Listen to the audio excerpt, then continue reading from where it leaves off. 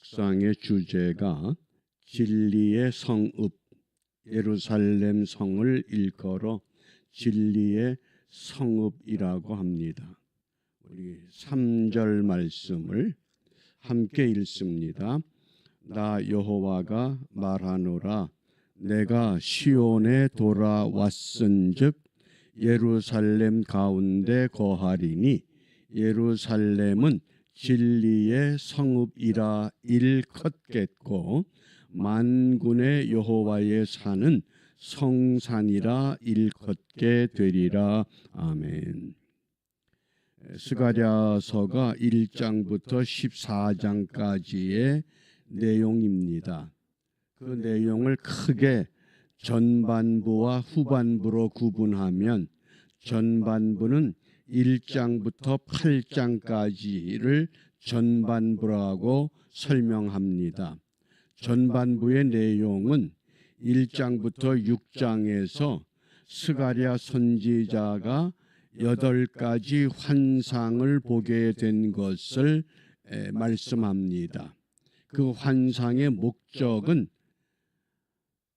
예루살렘 성전 재건을 독려하기 위한 하나님의 계시였습니다. 이제 눈에 보이는 성전이 완공이 되면 그 성전에 갖추어야 할 것이 분명히 있습니다.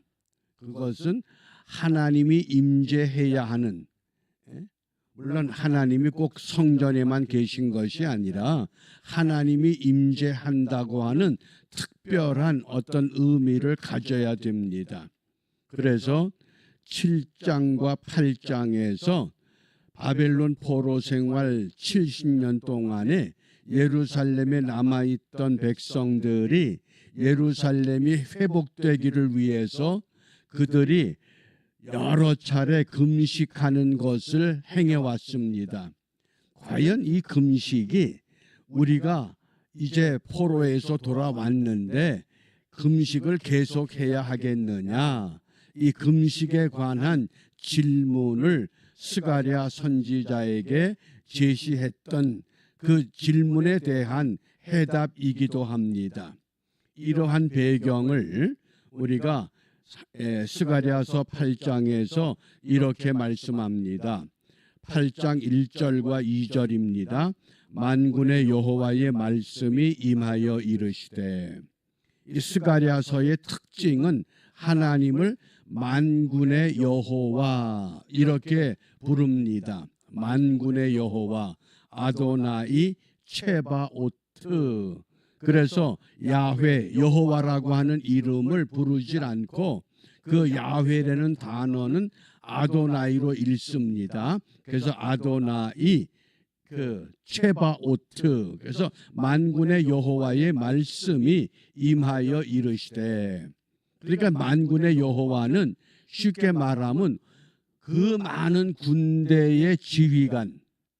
그래서 이 만군의 여호와를 다양하게 해석하지만은 우리는 만군의 여호와는 만왕의 왕이 되시는 하나님이시다. 이렇게 이해하면 가장 성경적인 이해가 되겠습니다. 그래서 만군의 여호와가 말하노라. 내가 시온을 위하여, 시온이 어디입니까? 예루살렘. 내가 시온을 위하여 크게 질투하며 그를 위하여 크게 분노함으로 질투하노라. 우리가 분명히 기억하기는 하나님은 사랑의 하나님이십니다. 그런데 오늘 말씀을 보면 그 사랑의 하나님이 질투하신다고 분명히 하나님의 속성을 백성들에게 소개합니다. 사랑과 질투는 다른 것이 아닙니다. 하나님은 백성을 사랑하기 때문에 죄를 미워함으로 죄를 지은 백성들에 대한 질투입니다. 반면에 사탄은 사람을 미워하는 겁니다. 죄를 사랑합니다.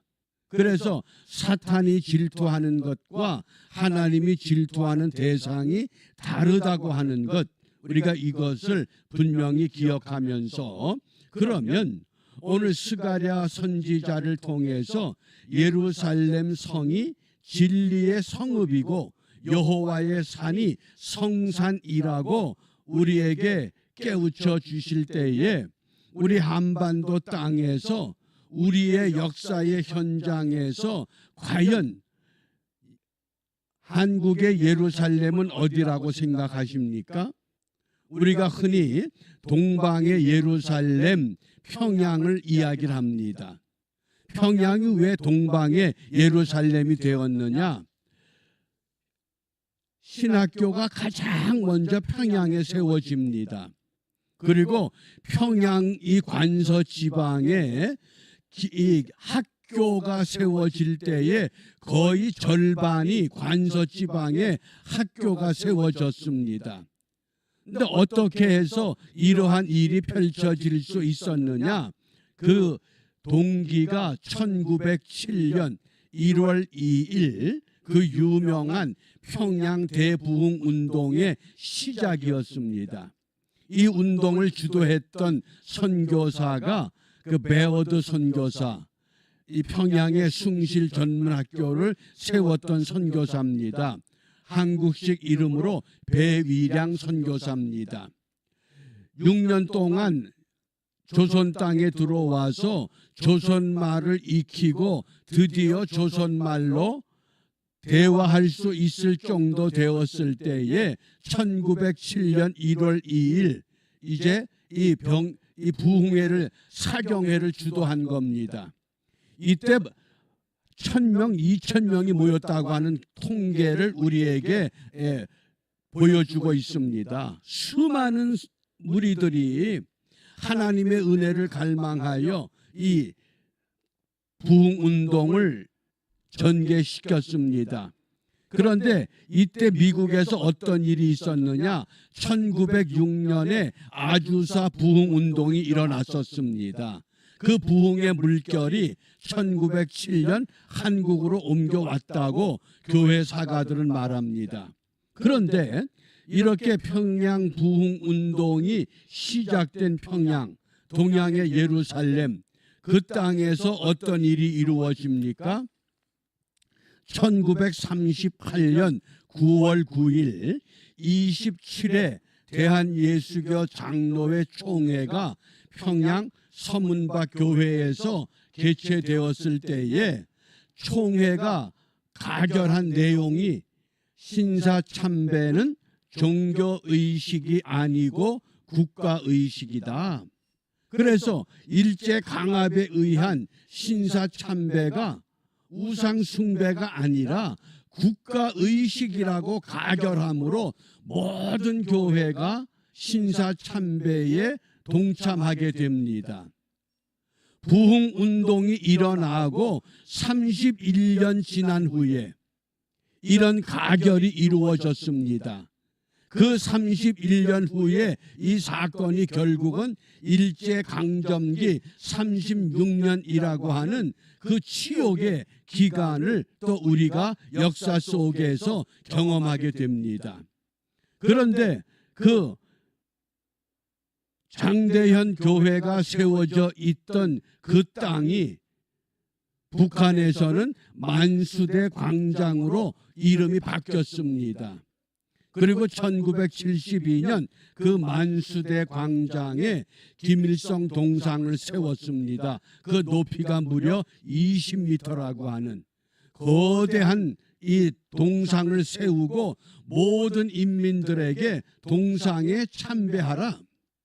그러니까 진리의 성읍과 같은 평양, 진리의 성읍과 같은 예루살렘, 하나님은 사랑하십니다. 그런데 하나님의 사랑을 외면하고 하나님의 사랑을 떠날 때에 하나님은 반드시 질투하십니다. 진노하십니다. 그 진노가 지금 북한 땅에서 어떤 역사가 펼쳐지고 있는가? 우리가 그것을 생각하며 오늘 스가랴서 8장을 읽으며 우리가 결단할 그 무엇을 말씀하시는 것을 우리가 조용히 듣고 묵상해야만 하겠습니다. 그래서 이 오늘 본문의 8장 7절과 8절입니다. 만군의 여호와가 말하노라 내가 내 백성을 동방에서부터 서방에서부터 구원하여 내고. 그러니까 바벨론과 애굽의 그 압제하에서 하나님의 백성들을 구원해 냈습니다. 일제 강점기에서 6.25 전쟁에서 주체 사상에서 우리를 하나님이 자유로 구원해 내주셨습니다. 그리고 인도하여다가 예루살렘 가운데 거하게 하리니 그들은 내 백성이 되고 나는 성실과 정의로 그들의 하나님이 되리라. 너희는 하나님의 백성이요 나는 너희 하나님이 되어야 된다. 이것이 회복되기를 간절히 바라신다고 하는 말씀입니다. 어떻습니까? 정말 한반도 이 땅이 작은 땅덩어리가 어떤 사람들이 살기에 좋은 땅입니까? 하나님의 백성들이 살기에 합당한 땅입니까? 아니면 잘못된 이념과 잘못된 사상에 사로잡힌 사람들이 활개치기에 좋은 땅이 되었는가? 분명한 것은 오늘 선지자 스가랴를 통해서 하나님은 너희는 나의 백성이 되어야 된다. 나는 너희 하나님이 되어야 된다. 이 말씀은 어떤 뜻이냐? 너희들이 하나님의 거룩한 백성이 되어 너희들이 사는 땅이 거룩한 땅으로 회복시켜야 된다고 하는 것을 오늘 우리에게 강조하고 있습니다. 그래서 이러한 일을 위해서 하나님이 하나님의 백성들에게 어떤 은혜를 베풀어 주셨는가? 13절입니다. 13절 함께 읽습니다. 유다 족속아 이스라엘 족속아. 유다 족속 자유 대한민국에 속한 백성들 또 이스라엘 족속 저 북녘 땅에 속한 2,500만의 북한 동포들 너희가 이방 가운데서 저주가 되었었으나 아수르에 망하고 바벨론에 망했던 부끄러운 치욕의 역사를 너희들이 가졌으나 이제는 내가 너희를 구원하여 하나님께서 내가 이제 너희를 구원하겠다. 그리고 너희로 축복이 되게 하겠다. 축복의 도구로 너희들을 세워주시겠다고 말씀하신 겁니다. 이게 하나님의 선포입니다. 하나님의 백성들이 거룩하게 살았기 때문에 하나님의 마음에 합해서가 아니라 하나님과 백성들의 언약 때문에 아브라함과의 언약 때문에 그 언약을 이루어 주시기 위해서 내가 너희를 구원하여 너희로 축복이 되게 하리니 두려워 말라 너희 손을 견고히 하라. 두려워하지 말라고 오늘 우리에게 위로하십니다. 세상 되어지는 모든 현상들을 보면 문득 두려운 생각이 듭니다. 그러나 오늘 하나님은 내가 너희를 구원하여 너희로 축복이 되게 하겠다. 그러면 이러한 언약의 하나님의 약속을 우리가 온전히 이루어내기 위해서 하나님은 우리에게 이러한 삶을 살아야 한다고 깨우치십니다. 어떤 삶을 결단해야 됩니까? 16절 17절입니다. 함께 읽습니다. 너희가 행할 일은 이러하니라. 이러한 삶을 살라고 말씀합니다. 너희는 각기 이웃으로 더불어 진실을 말하며 첫째 진실한 언어 진실한 사회 그 다음 두 번째 너희 성문에서 진실하고 화평한 재판을 베풀고 공의로운 재판 재판이 강자 편에서 판결을 내리는 것이 아니라 약자도 정의의 보호를 받을 수 있는 화평한 재판을 베풀고 세 번째 심중에 서로 해하기를 도모하지 말며 상대방을 깎아내고 헐뜯고 모욕하고 험담하는 그런 것이 아니라 서로 존중하고 서로 높여주고 서로 해하기를 도모하지 말며, 네 번째, 거짓 맹세를 좋아하지 말라. 네 가지를 당부하셨습니다. 예루살렘 성이 진리의 성읍이 되고 여호와의 산이 평화의 성산이 거룩한 산으로 세워지게 하기 위해서, 그 옛날 동양의 예루살렘 평양이 다시 예루살렘으로 회복되게 하기 위해서 진실을 말하라, 화평한 재판을 베풀라, 해하기를 도모하지 말라, 거짓 맹세를 좋아하지 말라. 왜냐하면 이 모든 일은 하나님이 미워하는 것이다. 하나님이 가장 싫어하는 것. 이걸 한마디로 말하면 하나님의 거룩한 백성답게 살아가라, 이렇게 말씀하신 겁니다.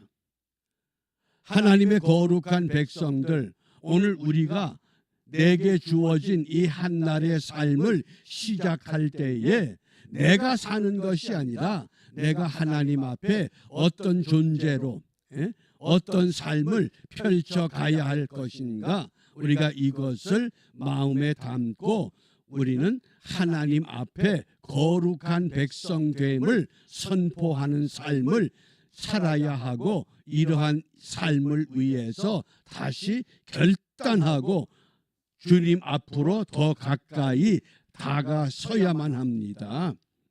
그러기 위해서 오늘 우리가 무엇을 기도하느냐? 시편 85편 11절 말씀에 진리는 땅에서 솟아나고, 진리가 땅에서 먼저 솟아나야 한다고 말씀합니다. 이 땅에서 진리가 솟아나면 의는 하늘에서 내려온다. 진리가 샘솟듯이 솟아오르면 하늘에서부터 의가 내려와서 진리와 의가 화목한 세상, 이것이 바로 진리가 서로 화합하는 세상입니다. 남과 북이 어떻게 화합하느냐? 진리가 땅에서 솟아날 때 의가 하늘에서 내려와서 진리가 서로 화합할 수 있는, 동과 서와 남과 북이 이 땅의 모든 열방, 종교를 초월하고 민족을 초월하고 이념을 초월해서 이제는 진리가 서로 화합할 수 있는 세상, 이런 세상을 12절에서 이렇게 결론으로 말씀하셨습니다. 너희들이 이러한 삶을 결단하고 회복하면 첫째, 평안한 추수를 얻을 것이다. 씨를 뿌리고 가꾸면 우리가 추수 때가 되면 놀랄 만한 결실을 거둘 수 있다고 합니다. 또 포도나무가 열매를 맺습니다. 땅이 산물을 냅니다. 하늘은 이슬을 내립니다. 그 결과 남은 백성으로 이 모든 것을 누리게 하겠다. 손으로 수고한 것 마음껏 누리며 살 수 있는 참 평화. 그래서 예루살렘은 진리의 성읍이 되어야 한다. 예루살렘은 변함이 없습니다. 그 성에 누가 살고 있는가? 어떤 사람이 다스리고 있는가?